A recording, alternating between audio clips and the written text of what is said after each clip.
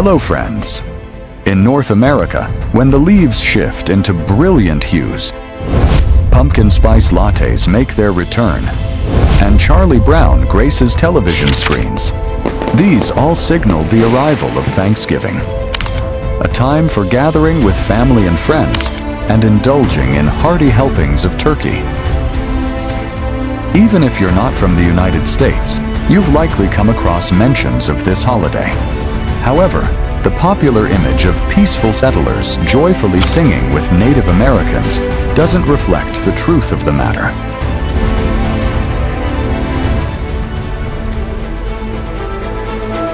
The true story starts in England in August of 1620, where 120 hopeful individuals, men, women, and children, boarded 2 English merchant ships at Southampton Harbor.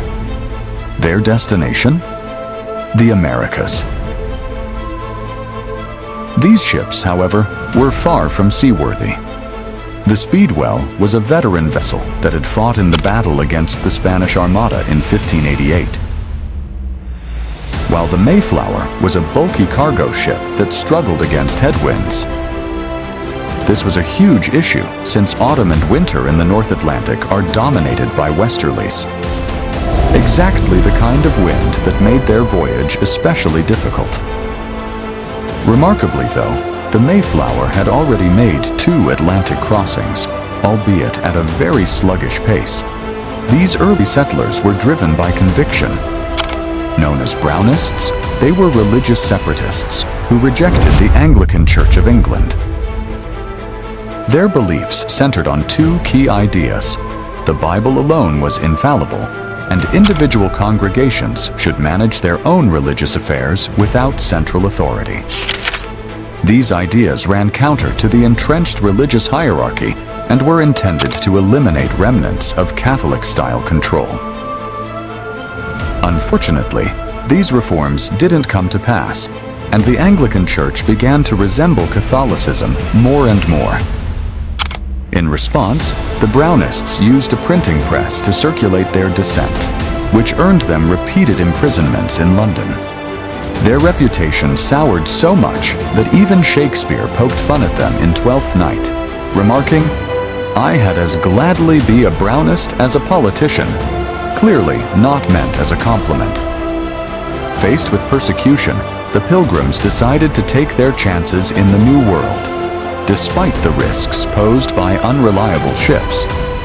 They hoped to create an English colony free from religious oppression. So they launched into the rough Atlantic in August 1620. Their troubles began almost immediately. The Speedwell began leaking badly before leaving English waters, prompting an unscheduled stop in Dartmouth for repairs.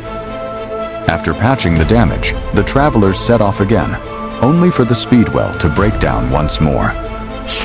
The issue stemmed from a poorly installed, oversized mast during recent renovations, making the ship unfit for ocean travel. 20 passengers stayed behind, planning to follow the next year, while the remaining 102 crowded onto the Mayflower. They finally departed, either on September 6th or 16th, depending on which calendar you go by. This leg of their journey was calm at first, but halfway across the ocean, their luck soured again when a violent storm broke a critical main beam. Returning to England seemed already depleted, making a retreat impossible. Fortunately, they had brought a large iron screw, likely part of their old printing press, and used it to lift and stabilize the broken beam. Miraculously, it held, allowing them to continue their voyage. On November 9th, they spotted land near Cape Cod. Hoping to reach the Hudson River Valley and its milder climate, they sailed south. But fierce currents drove them back north to Massachusetts, where they anchored in Provincetown Harbor. Their original land grant no longer applied to this area, so they drafted a new agreement, the Mayflower Compact. This document established a form of self-government where decisions would be made collectively for the common good. It's often regarded as one of the first written constitutions. The male passengers signed it, committing themselves to unity. As winter arrived, disease and scurvy spread throughout the ship. The vessel became a floating graveyard. Scouting groups ventured ashore in search of a settlement site. Those strong enough armed themselves with swords, armor, and matchlocks. They discovered an empty landscape dotted with abandoned villages and burial grounds. Unseen watchers observed them as they moved inland. One morning, while trying to relaunch their boats, arrows suddenly rained down. The Pilgrims returned fire blindly. One warrior stepped into view, shot 3 arrows, shouted defiantly, and vanished. No bodies were found afterward, only 18 arrows tipped with deer antler, brass, and eagle talons. When they retrieved their gear, their jackets were riddled with holes. Assuming dozens of warriors hid nearby, the Pilgrims fled the area. The next day, they located a promising site for settlement, a cleared area with elevated ground for defense. But the land came with a grim history. It had been the Patuxet village, home to the Wampanoag, until a deadly epidemic, likely smallpox or a similar disease dubbed Indian fever, wiped out the population. Skeletons still lay unburied in their homes. Despite the grim surroundings, the Pilgrims had no choice. The Mayflower joined the settlers, and construction began. The first finished structure served as a hospital for the sick. 19 families built homes clustered tightly together for protection.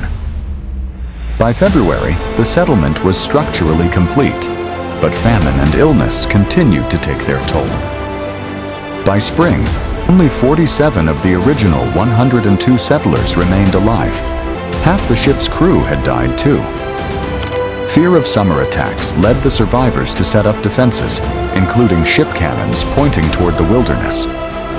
With the warming weather, they planted crops, using seeds and stores salvaged from the abandoned Wampanoag homes and graves.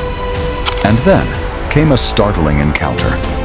A tall, dark-skinned man emerged from the forest, confidently approaching their camp. The Pilgrims raised their weapons. To their surprise, he spoke English and welcomed them. His name was Samoset, of the eastern Abenaki. Over shared food and conversation, he warned them that not all tribes would be so welcoming.